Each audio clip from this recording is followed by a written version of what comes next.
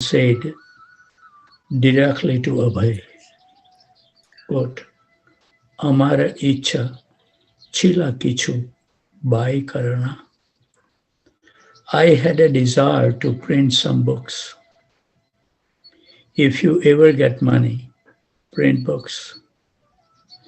Standing by Radhakund and beholding his spiritual master, Abhay felt the words deeply entered his own life. If you ever get money, print books. So now we will continue. December 1936.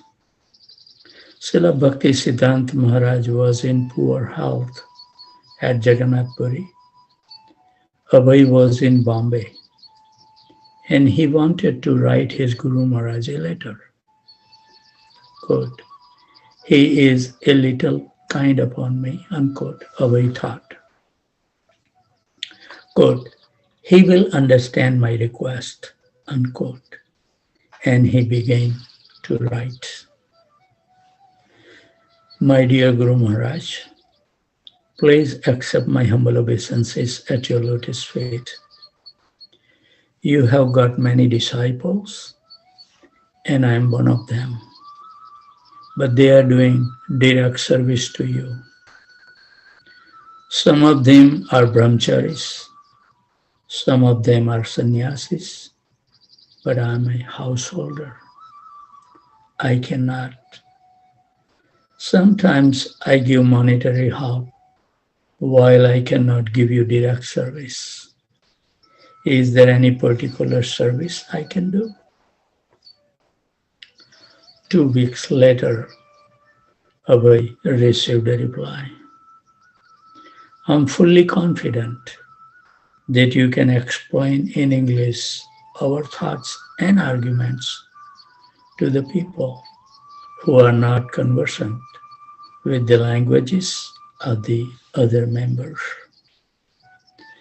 This will do much good to yourself as well as your audience. I have every hope that you can turn yourself into a very good English preacher if you show the mission to inculcate the novel impression of Lord Chaitanya's teaching in the people in general, as well as philosophers and religionists. Abhay at once recognized this to be the same instruction he had received at their first meeting in 1922. He took it as a confirmation. There was now no doubt as to the purpose of his life. What his spiritual master had said in Calcutta in 1922 had not been a chance remark, nor had that been a chance meeting. The instruction was the same. Quote, turn yourself into a very good English preacher. This will do much good to yourself as well as your audience, unquote. Srila Bhakti Siddhanta passed away from the mortal world on January 1, 1937. He had been spending his last days reading Chaitanya Charitamrita and chanting on his beds.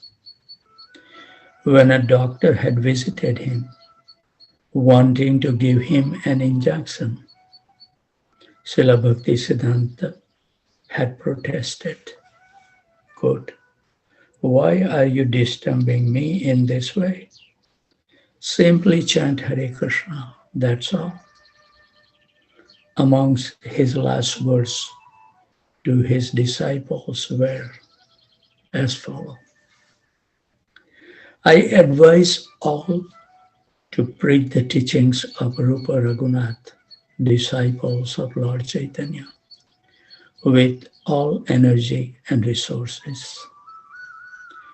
Our ultimate goal shall be to become the dust of the lotus feet of Sri Sri Rupa and Raghunath Goswamis.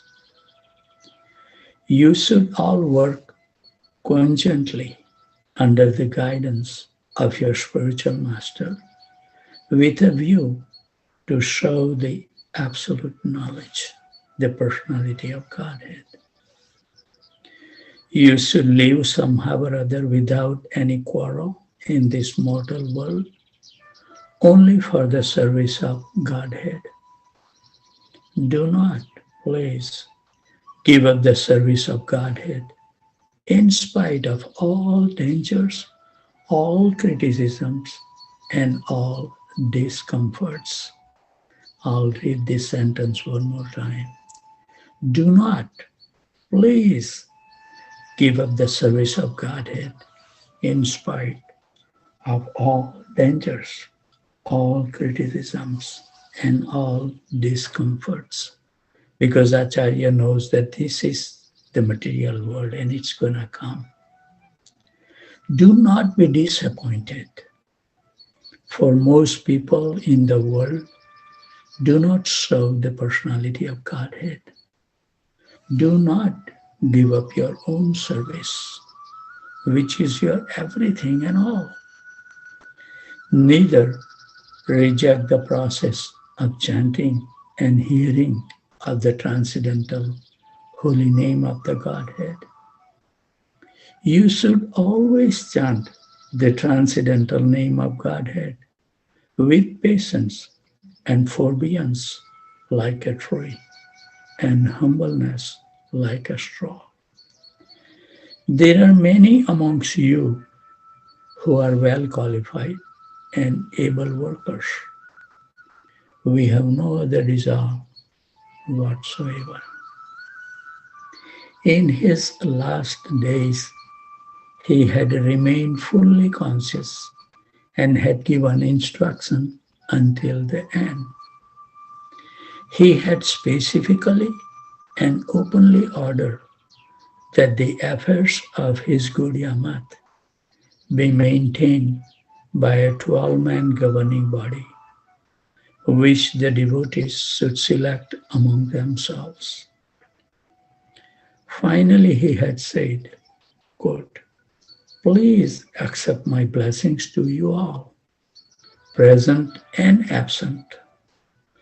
Please bear in mind that our sole duty and religion is to spread and propagate service to the Lord and of his devotees.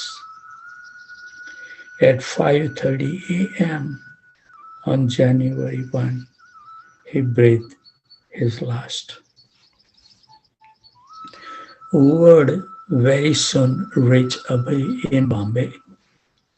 His immediate response was to cry with grief.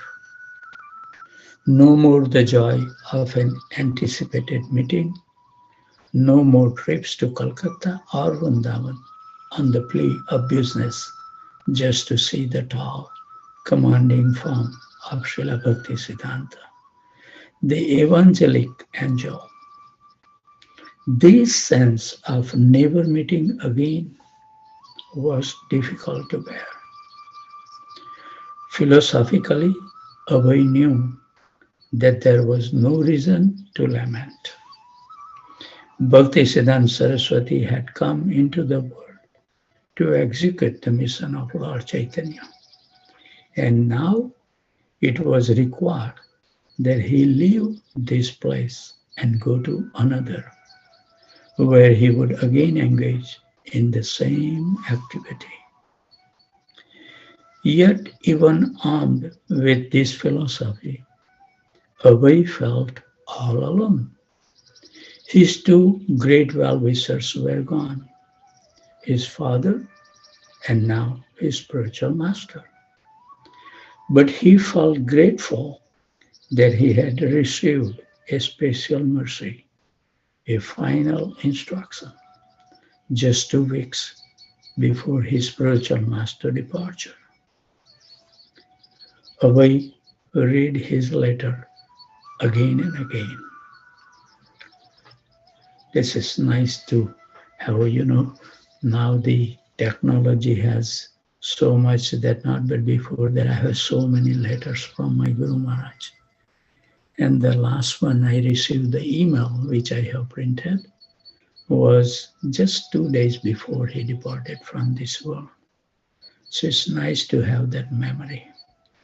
I have so many letters I laminated and I have kept. Haribo. There would not be another.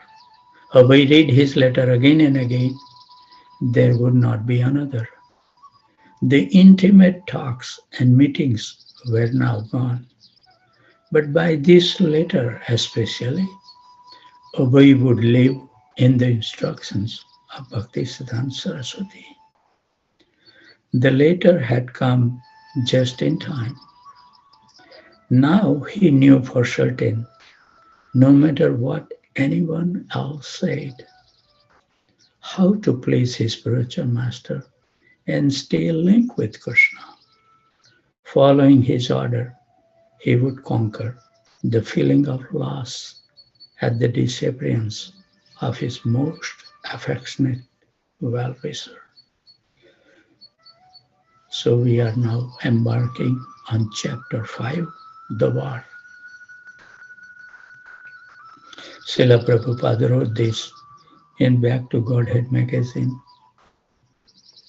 Under the circumstances since 1936 up to now, I was simply speculating whether I shall venture this difficult task, and that without any means and capacity. But as none have discouraged me, I have now taken courage to take up the work. Haribol. How humble Prabhupada is, No means and no capacity. The fire in the mouth broke out almost immediately. A senior disciple said that there should be one Acharya who would be the spiritual successor to Bhaktisiddhanta Saraswati and who would perform all initiations and settle all controversies.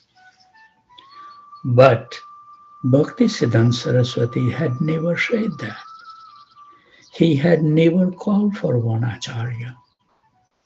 Rather, he had instructed the members of the Gaudiya Math to form a governor body of 12 men and carry on a concerted effort. But that instruction was abandoned, and the suggestion that there be one leader took hold. A single person instead of 12 should take charge, and now it became a rush for who? Two parties contested. Ananta Vasudev, one of the Srila Bhaktisiddhanta leading preachers, was ambitious, and he praised his claim with a group of influential sannyasi supporters. Another man, Kunj Vihari, swiftly went after the properties. He had been a leading administrator under Srila Bhaktisiddhanta, and now he claimed ownership of the palatial temple in Calcutta as well as all the other properties and assets of the India-wide Gaudiya Math. Haribol. Although in his will, Srila Bhaktisiddhanta had expressed his desire that his disciple select a governing board to manage all properties and funds of the Gaudiya Math. Kunj Vihari contested, and the will's legitimacy. He and his supporters argued that since Srila Bhaktisiddhanta had received the properties on behalf of God, he was not the rightful owner and therefore could not determine their future ownership. What an argument, foolish people. Thus he and the others disputed over the legal and theological aspect of the former Acharya's position. Shortly after Srila Bhaktisiddhanta passing away, litigation had begun.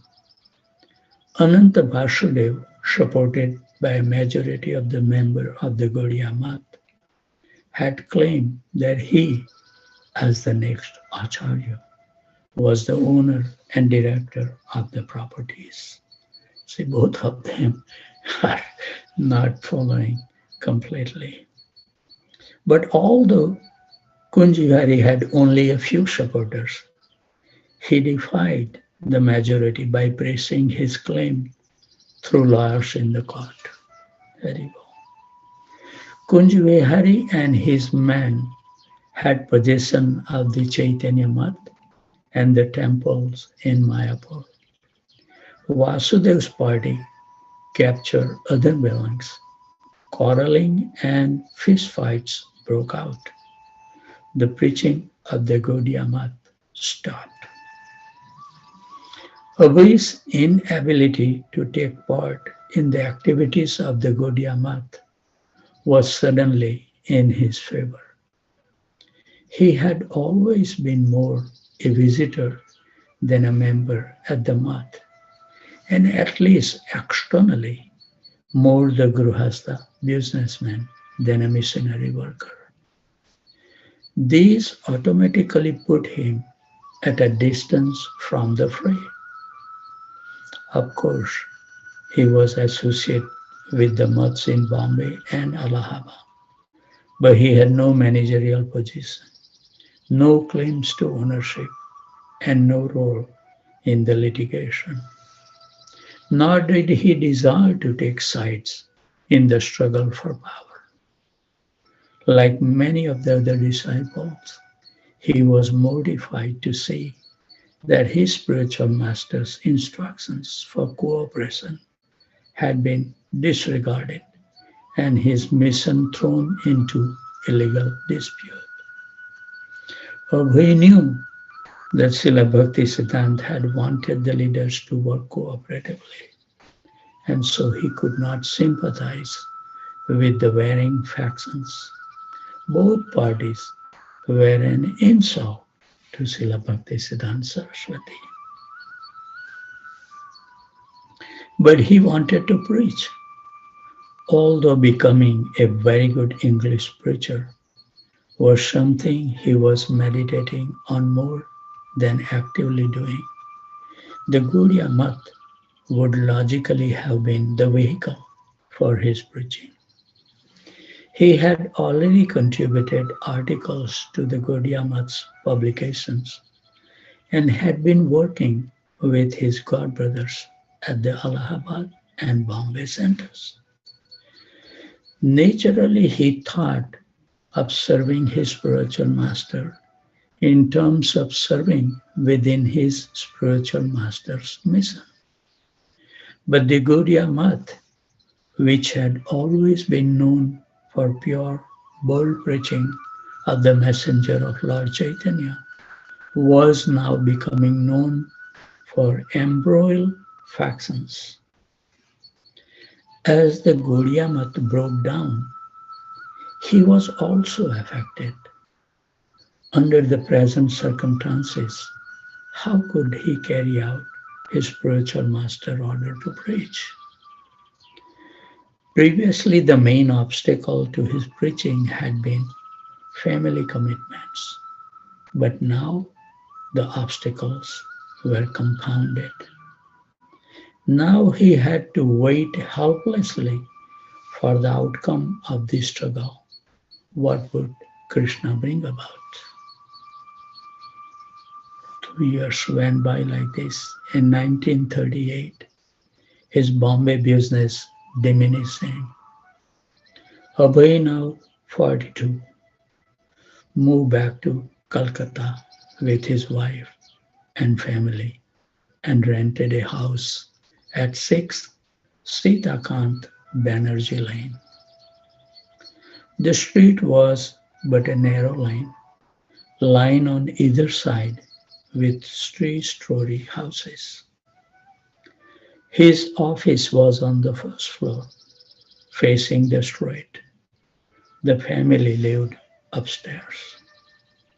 He rented the adjoining building, number 7, and on the first floor operated a small chemical laboratory manufacturing distilled water, Days pain liniment, Vimal tonic, Ulpa, and injections for boils, and various other medicines. He also utilized a small outbuilding in the rear as part of his lab.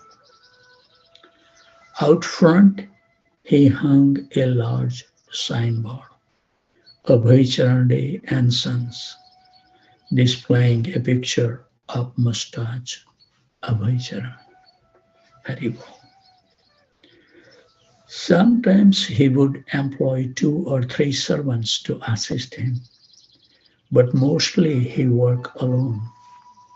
And he would deliver his glass jugs of distilled water to agents such as Bengal Company and Gluconet. He printed a brochure advertising Day's pain liniment, quote, good for relieving gout, rheumatism, and all pains, unquote. And if one wanted to be free of recurring diseases like rheumatism and gout, Abhi's brochure directed that in addition to using these pain liniment, one refrain from alcohol and all sort of drinking or intoxicating habits. And food and drink should be very simple and innocent, such as vegetables and milk. Unquote. The new Calcutta business enjoyed an early success, but Abhay didn't have his heart in it. It was a duty. He had to do it to maintain his family. His new acquaintance in Calcutta find him to be a devotee of God at heart, a businessman, a family man, but more concerned with writing and preaching than with business and family. Chandi Mukherjee, a neighbor from nearby Bihari Strait, he was interested only in devotional activities and he did his business only to maintain the family. He didn't seem interested in the profit motive, in accumulating money or becoming a rich man. Haribol. So Charan Mukherjee, Abhay next door neighbor, Abhay Charande was always a very patient listener to every illogical argument that anybody, including myself, would bring to him. Not knowing philosophy, I would illogically present so many arguments, and Mr. Day would always very patiently listen. Nothing agitated him. He was always very calm, and he taught me about God. He would speak only of Krishna. He was translating the Gita and was maintaining his business. Neighbors would often see him sitting on his coat in the front room. He would read his spiritual master books and sometimes recite the Sanskrit slokas out loud. He liked to discuss philosophy with anyone who came by. His family keeping mostly upstairs. Abhay would sit alone in the downstairs front room, dressed in dhoti and kurta, or sometimes a dhoti and only a vest. Often he would be at his writing, while outside the door his children played with the children of the Ganguly family who lived in the rear apartment of the same building. The neighbors live openly in a kind of joint neighborhood family, and Abhay talked freely with the other neighbors, but of Vaishnava philosophy and only rarely of business. Mr. Ganguly found Abhay's speech good, scholastic, and always very philosophical. Unquote. Abhay was absorbed in the philosophy of Krishna consciousness, and even in brief conversations, he would refer to Lord Krishna and to Bhagavad Gita's descriptions of Lord Krishna as the basis of both the material and spiritual worlds. While working in his laboratory or receiving a delivery of empty bottles from the Muslim bottle merchant or going out to sell his medicine, he would be talking or thinking about God. In those days, for a person in Calcutta to be interested in God consciousness was not so unusual. Abhay found even a man like Abdullah, the Muslim bottle merchant, to be very religious. One day, Abhay asked Abdullah, who had once been very poor but had become rich by his business, quote, "Now you have got money, so how are you going to use your money?" Unquote. The bottle merchant replied, quote, "My dear sir, I have an intention to construct a mosque." Unquote. Meanwhile, the war of the Gaudiya raged on. Both factions were ill motivated and both deviated from the instructions of their spiritual master. The very act of trying to determine ownership of the properties through legal actions means that the God brothers were disobeying the express desire of their spiritual master, as stated in his will. The litigation continued year after year, but the legal wrangling could not bring them together or purify them. One court ruled in favor of Ananta Vasudev, but then a higher court awarded two-thirds of the mutt's property to Kunj Vihari and one-third to Vasudev. Still, although Vasudev had fewer properties, he inspired more followers. He seems to them more intent on reviving the preaching of the Gaudiya Math. But when Vasudev subsequently fell down from the principles of sannyas by going off with a woman, the groups broke further to pieces. Most of the sannyasis continue to maintain their principles, but many now left the jurisdictions of the two contending factions in disgust. Individuals formed their own ashrams, Gaudiya Mission, Chaitanya Gaudiya Math, and others. The unified entity of Gaudiya Math as an all-India mission consisting of many temples, several presses, and hundreds of devotees working cooperatively under one leadership ceased to exist. God brothers continue to uphold the teaching of Lord Chaitanya Mahaprabhu as they had received them from Srila Bhakti Siddhanta Saraswati. But because they were meant to work together, they lacked their former united potency. illusions of the proprietorship and prestige has superseded the spiritual master's order. And Srila Bhakti Siddhanta was a worldwide movement for propagating Lord Chaitanya's teaching collapse.